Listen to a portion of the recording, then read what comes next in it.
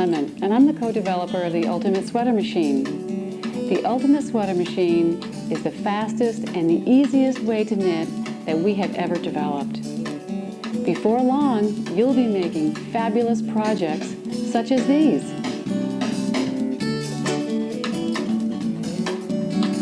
There's no end to the things you can make, but there is a beginning. And like anything else that you do for the first time, take it slow and don't expect to make items like these on the first day. These items were made by people who have mastered the Ultimate Sweater Machine. Make warm and cozy Afghans with colorful patterns and make them to fit the size you want, in the colors you choose, and make it at just the price of the yarn. Make sweaters with cables, Fair Isle, and picture knitting, which is also called Entarsia, and make them in the size to fit you, as well as home decorating projects such as throws, table runners, pillows, and so much more. Some of you may be experienced hand knitters, and some of you may never have knitted a stitch before in your life. But regardless as to your level of expertise, take some time to familiarize yourself with the Ultimate Sweater Machine. It's unlike hand knitting, and it's unlike other craft projects you've done. Take an evening without interruptions, without the kids around, and take some time to learn the machine. Before long, you'll be knitting fabulous projects. The pattern book that comes with your machine shows you in detail how to make these basic items. Once you've mastered the basic stitches of the Ultimate Sweater Machine, you will be able to create patterns of your very own. This video will show you how to set up the machine, troubleshoot, and give detailed instructions on how to increase and decrease stitches, cast on, bind off, do ribbing, lace, Fair Isle, cable, Entarsia, or picture knitting. And if you make a mistake or drop a stitch, how to fix it. You'll begin by knitting a practice square 50 stitches wide and 60 rows long, which can ultimately become a baby's hat. In your Ultimate Sweater Machine box, you'll find everything you need to start knitting, including a ball of practice yarn. First, remove the literature pack. Then you'll remove and open the accessory box. This box contains the black plastic hem, the instructional video, the 4 patented key plates, 4 green cards and 1 yellow card, 2 clamps, the needle number indicator strips, a bag containing 3 clips, elastic thread, a nut and bolt, piece of wax, 1 one-prong tool, and 1 one-prong bi-latch tool. And another bag contains the edge tension bands and hooks, used to keep the yarn from curling at the edges as you knit. The patented key plates are the secret of how the Ultimate Sweater Machine works. You'll find 4 numbered key plates to be used for different weights of yarn. A chart of what yarns can be used with which key plates can be found in your instruction book. Take out the first bed half and carriage. Remove the second bed half. And lastly, remove the 4 rod weights at the bottom of the box. Attach your machine to a sturdy, level, and square or rectangle table that has a solid surface and does not have a rounded edge or apron edge. Or you can use a good quality flat board, about a 1/2 inch thick and at least 8 inches wide, that's attached to a table using C-clamps. It's very important to use the correct table for the sweater machine to work properly. To begin setting up your machine, you will need to put the 2 halves of your sweater machine together. Remove the protective tape just on the inside of the needle bed. Then snap the 2 bed sections together. It will be a snug fit. Turn the beds over. Then on the underside, just use the nut and bolt that comes with your kit to fasten them together. Push the clamps through the hole in the front of the machine, making sure the top of the clamp slides between the bed and the metal rod that joins the bed modules together. Make sure that the clamps are inserted all the way in and pushed back. The front bottom edge of the needle bed should just line up with the edge of the table. Do the same with the other side and tighten the wing nuts under the clamps. Be sure not to tighten so much as to tip the bed forward. This would move the needles by mistake and make it difficult for you to knit properly. Remove the protective tape on the top of the needle bed. Remove one of the number strips and attach it to the needle bed just in front of the green retainer bars, starting with the unshaded section of the strip. Now attach the second strip, but be sure the section that's in the center starts with the shaded section.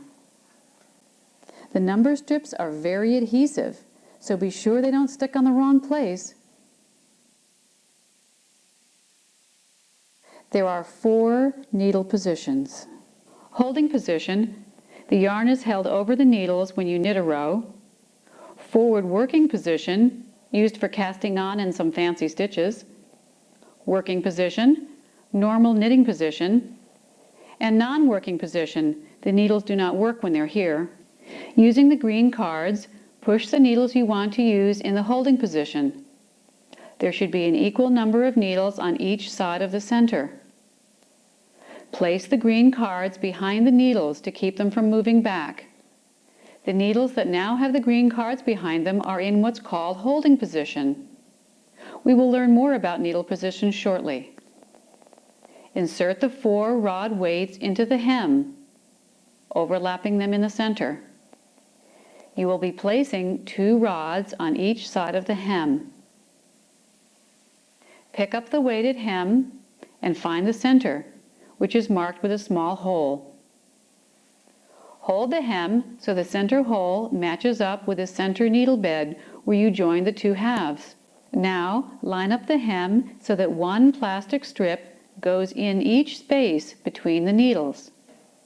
Check to be sure there's only 1 hem strip between each needle. Lay the top of the hem on the needle bed and make sure the latches are open that you want to cast on. Here is a closer look at the latches and how they look when they're open. You don't have to open them individually. The transfer tool makes it easy to open them.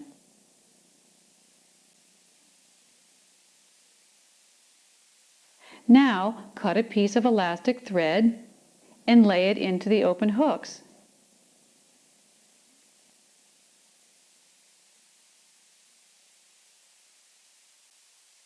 Attach a small clip to each end of the elastic thread to hold it in place.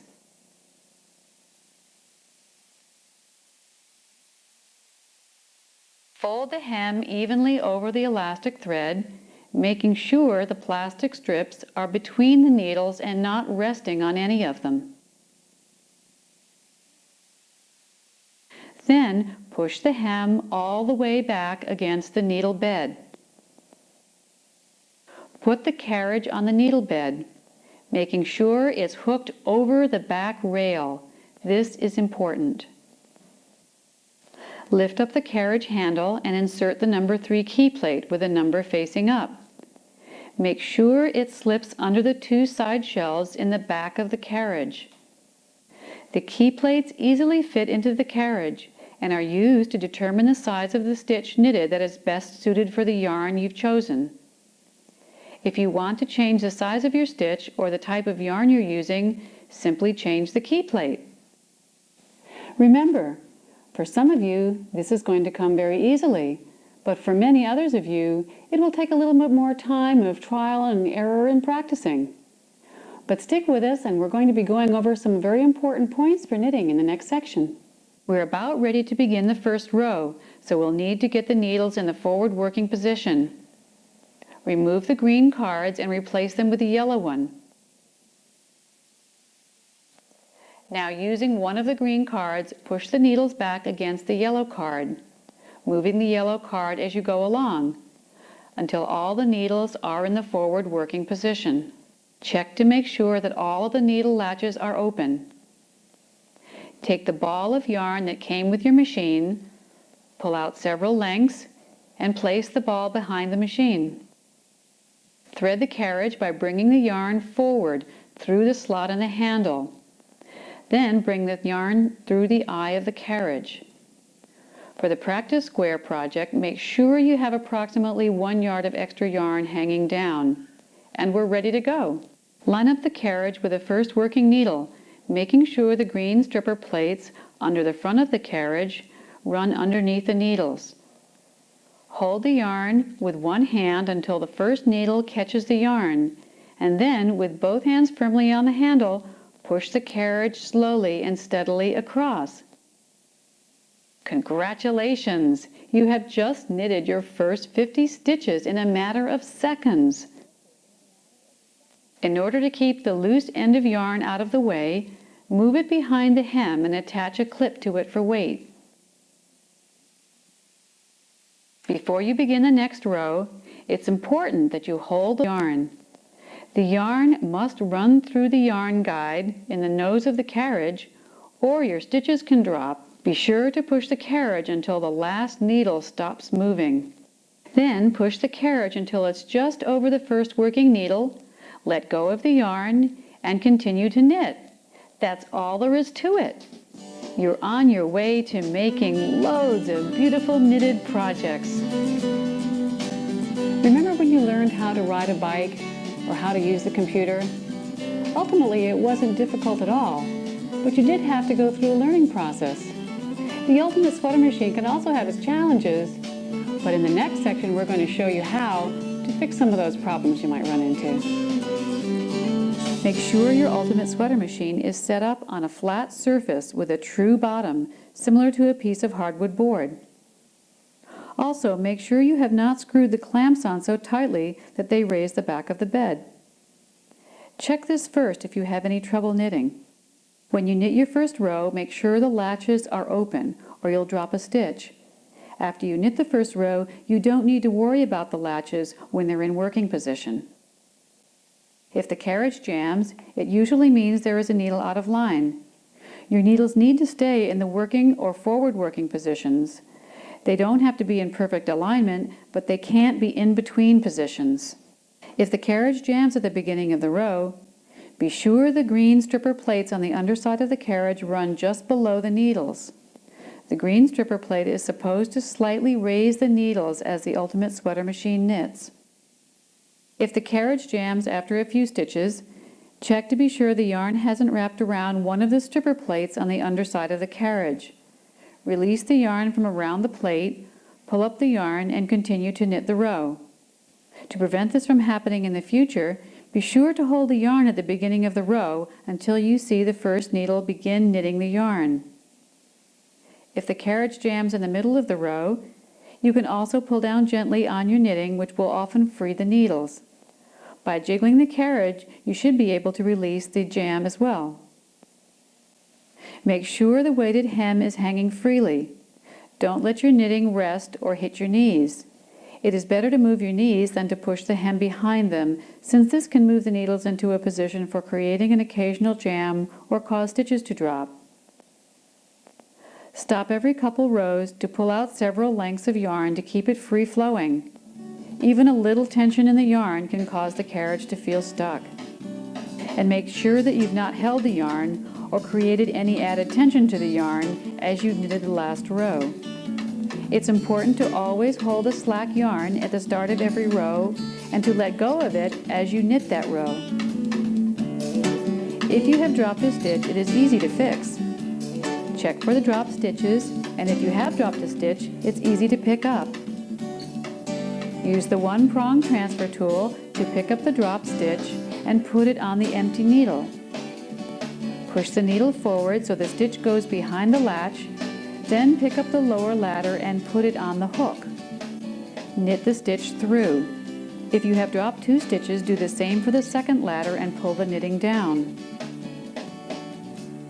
If you've made a mistake on the previous row or have knitted too many rows, it's easy to unravel a row. Pull the yarn out sideways and lift it out of the needle hooks and back to the beginning of that row. Be sure to unlatch the last stitch, which is usually a bit tighter than the others. Open the carriage handle and either lift up or remove the key plate. Then you can slide the carriage back to the beginning of the row. Replace the key plate, put the yarn that was ripped out behind the carriage, and you're ready to knit again.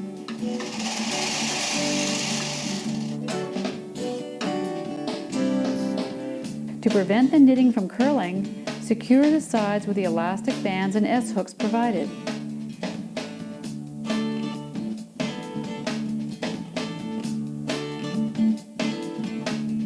If you have animals or small children in the house, it might be a good idea to have your sweater machine set up in a separate room that you can close when you're not using it. Don't forget, if you have any questions about your knitting, or if you have any problems, you can always call our knitting helpline. One of the things I love about the Ultimate Sweater Machine is how quickly you can work into advanced stitches and techniques. I'll show you step by step how to do some basic stitches, as well as some more advanced stitches that will enable you to make gorgeous items like these. But it is important to learn the basics first, and with a little practice, you'll be able to move on to the advanced stitches and even begin creating your own designs. Increasing and decreasing are basic stitches that you'll need to know when you want to make a project that has shaping on it or an angle, such as this sweater sleeve. To increase a stitch at the beginning of the row, bring forward one needle to working position. Check to make sure the latch is open and knit the row. You have increased one stitch. Let's see that again. Bring the needle forward to working position, open the latch, and knit the row. You have now increased your row by 2 stitches. In order to see the angle, I'm going to do 2 more rows.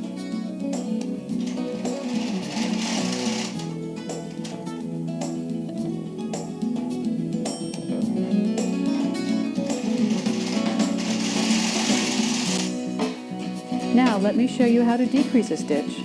Using the butt of the needle, bring the needle forward to holding position using the one-prong transfer tool. Insert the eye of the tool into the hook of the needle. Keep the transfer tool horizontal to the floor. Push the needle back until the stitch transfers from the needle onto the transfer tool. Now insert the eye of the transfer tool into the hook of the adjacent needle and lift up on the transfer tool to transfer the stitch to that needle. Push the empty needle to non-working position, then knit 2 more rows.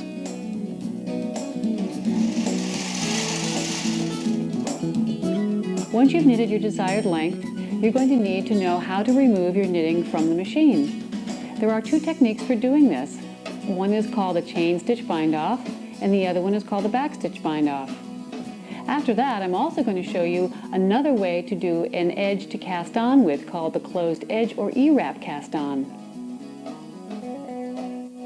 To bind off using the chain stitch, transfer the end stitch to the adjacent needle.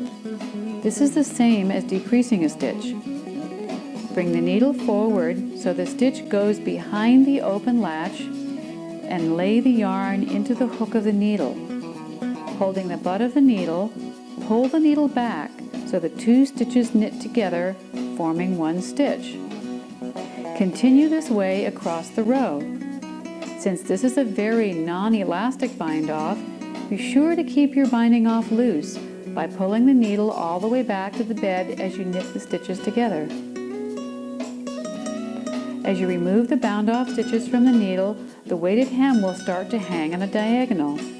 To keep it level, hook the beginning of the cast-off edge onto a couple of the empty needles at the beginning of the row.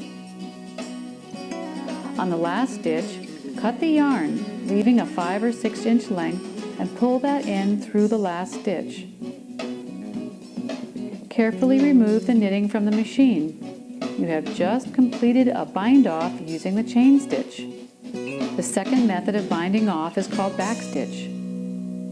Measure a length of yarn at least 3 times the width of your knitting and cut it. Thread it through a darning needle. A darning needle can be purchased at any craft, fabric, or yarn shop that sells yarn. It's important to keep that in mind, that the best looking edge is created by working the bind off from left to right. Insert the needle into the second stitch, bringing it back through the first stitch. Pull the yarn through the third stitch and back through the second stitch. Work this way all across the row.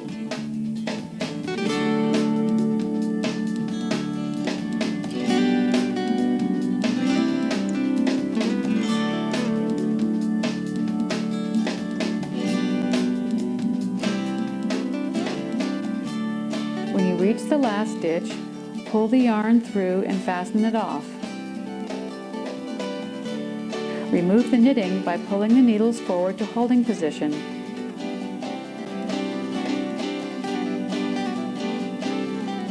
Then, push the needles back to non-working position.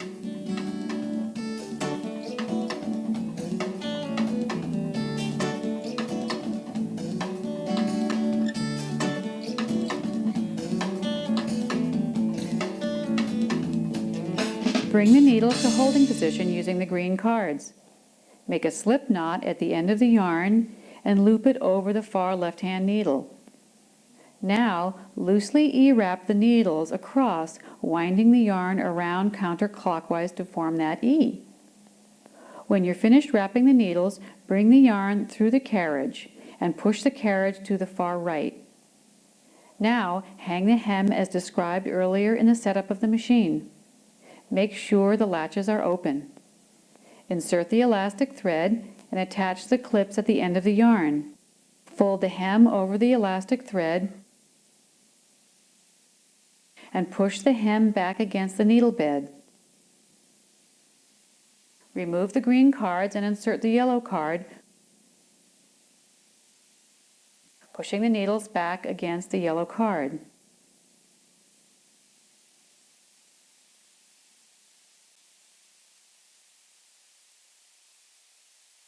You'll need to push your carriage slowly for the first row. Remember to hold the yarn at the beginning of the row as usual. You may need to hold the hem back for the first row using your other hand.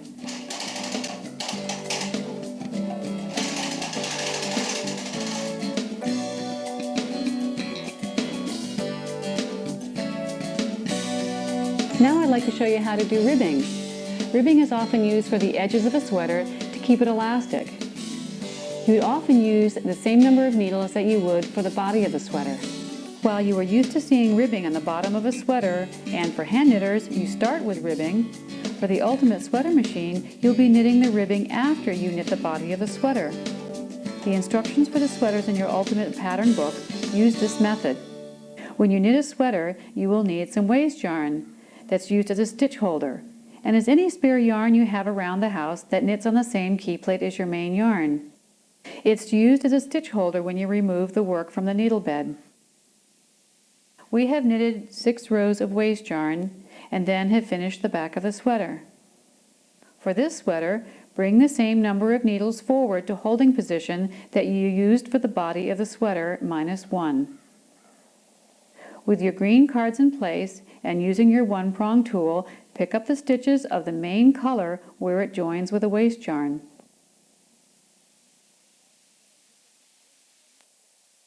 After you have picked up the first couple stitches, on the opposite end, pick up 2 more to balance the hem. Now, knit the number of rows you want to have for the ribbing on your sweater, ending with a carriage on the left. There are many different types of ribbing, but for this sample, we will be using a 2x1 ribbing or a 2 knit, 1 purl. Insert the latch tool in the first row of ribbing in the 3rd stitch in from the end. Release the corresponding stitch on the needle above by bringing the needle forward to holding position, then back to non-working position. Unravel the stitch to the latch tool and relatch it up. This creates a knit stitch, the reverse of a purl stitch.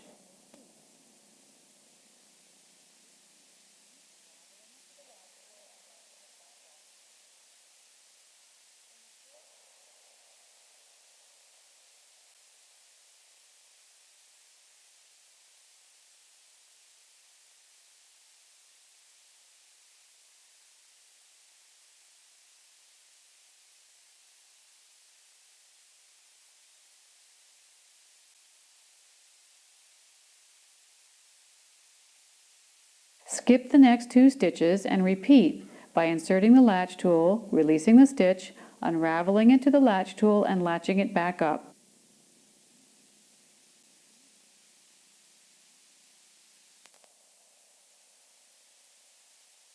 When you are first learning to do ribbing, it may seem very time-consuming, but once you get used to it, the ribbing can go quite quickly.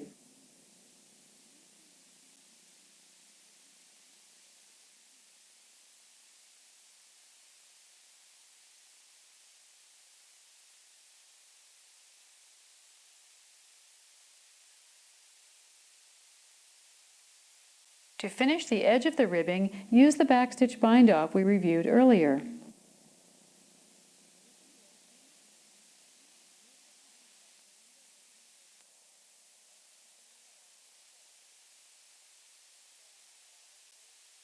Remove your work from the machine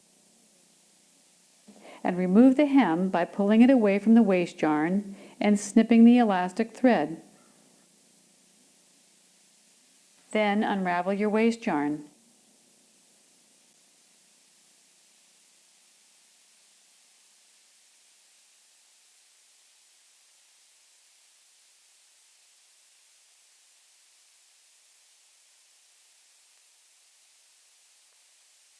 The ribbing knitted on the Ultimate Sweater machine is very even and very elastic.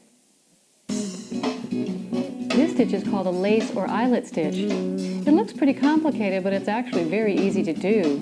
But as most things, you do need to take some practice to learn how to master them properly. Transfer the first stitch to the adjacent needle, just as you did for the decrease. Bring the empty needle forward into holding position and knit one row. Push the needle back to forward working position, making sure the latch is open. Knit one row. That makes an eyelet, and many eyelets make a lace pattern. This also can make a buttonhole. Let me show you what 3 eyelet stitches look like. Transfer the stitch to the adjacent needle.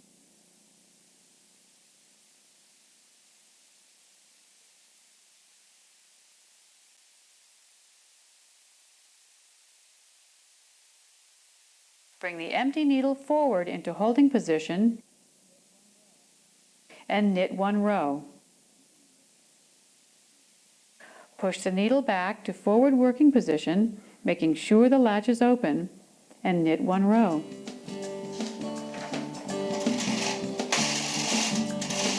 Now you can see how you create a lace or eyelet pattern. Ferrule is a technique that's used in this design on the knitted purse. It's also used in the sweater that I have on. It's a technique for combining more than one color on a row for a very special look. It's very easy to do on the sweater machine and it's very impressive. To set up your Ultimate Sweater machine for Ferrule, push the needles where you would like to have the contrasting color into holding position. Always knit the main color, or the color with the greatest number of stitches across the row first, by pushing the carriage slowly across the row. You will then knit the contrast color manually. Make sure these stitches are the same size as the rest of your knitting. Do not pull the stitches too tightly or leave big loops. Just make the stitches the same size as the stitches knitted by the carriage. When you finish the first row, select the needles for the contrast color of the second pattern row. Knit across with the main color in the carriage, then manually knit in the contrast color across the row. Be sure as you lay the yarn into the latch that the latch is open. The spacing of the needles automatically keeps the float, which is the long strand of yarn between the manually knitted stitches, at the right tension. This is how the back looks, with the contrasting floats carried between the pattern stitches. And this is the right side.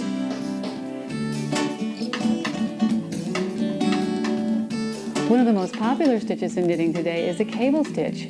It's often used in Irish sweaters and Afghans. To do the cable stitch, you will need both one-prong tools. We will be referring to the stitches of the 6-stitch cable as stitches 1 through 6, numbered from left to right. Transfer stitches 1, 2, and 3, one by one, onto one of the one-prong tools by inserting the eye of the transfer tool into the hook of the needle. Be sure to keep your transfer tool angled slightly up so you don't lose the stitches. Then, with the same tool, move the needle forward to holding position, then back to non-working position. Then, hook the eye of the transfer tool onto the left hand adjacent needle and let it go. Using the second transfer tool, remove stitch number 4 and transfer it to needle number 1.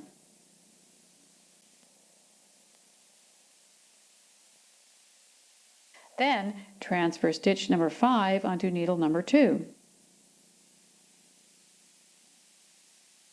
And stitch number 6 onto needle number 3. Your stitches will be tight, but that's normal.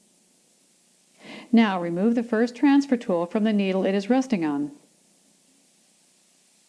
Using the second one-prong tool, push the first stitch on the transfer tool onto needle number 6. Repeat this for the next 2 stitches, placing them onto needles number 5 and 4. These stitches will also be tight, but again, this is normal for cable. Now bring all the needles holding the cable stitches, plus a couple needles on either side, up to forward working position. This makes knitting the tight stitches easier and is very important. Make sure the latches are open on the needles in forward working position and knit the row.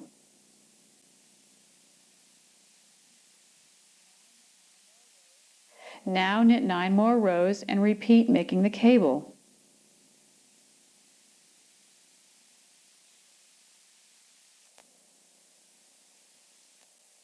To make the purl or definition stitch on each side of the cable, insert the latch tool into the first row of the stitch adjacent to the cable. Release the stitch and let it unravel to the latch tool.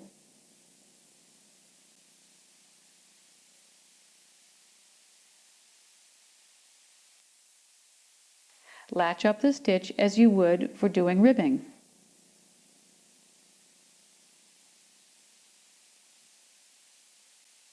Repeat this for the stitch on the other side of the cable.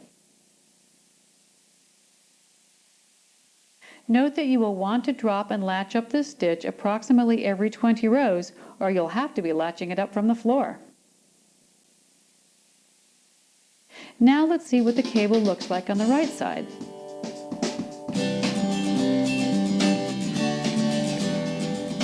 One of the most interesting and creative stitches to do is called Entarsia or picture knitting. It can be very simple, like this baby blanket, or it can be very involved, like this sweater. The ultimate sweater machine was designed to do Entarsia very easily, on the fly, as you knit. The carriage is specially designed for easy access to the front, or the nose of the carriage. The yarn guide is this round opening at the end of the V. For regular knitting, the yarn is brought up through the yarn guide and through the carriage handle, with the yarn stored on the table behind the needle bed. For Entarsia technique, the yarn is normally placed on the floor in front of you. Bring the yarn for the first color up through the yarn guide in the carriage. Knit until you want to change for the second color. Take the first color out of the carriage and thread through the second color and knit the rest of the row. Attach a clip to the yarn of the first color and knit until you want to change back to the first color. When you're ready to change colors, just remove the second color from the carriage and bring the first color up under the second, which locks the yarns together and prevents a hole from forming. Continue creating your desired pattern until you've reached the end of the row. For most Entarsia designs, you will be following a printed chart. However, you can also make up a geometric pattern as you go, designing on the fly. You can use as many colors as you like in your designs. When you first start, try to limit your colors to no more than 5 across a row. And now you're ready to create some of your own knitted designer creations. But be sure to look at the pattern book and follow the patterns in there from the beginning until the end, because you'll learn a lot of techniques all through the book. Also, you may need to look at the video more than once, especially if you go into the advanced techniques. And don't forget, you can always call our knitting helpline if you get stuck.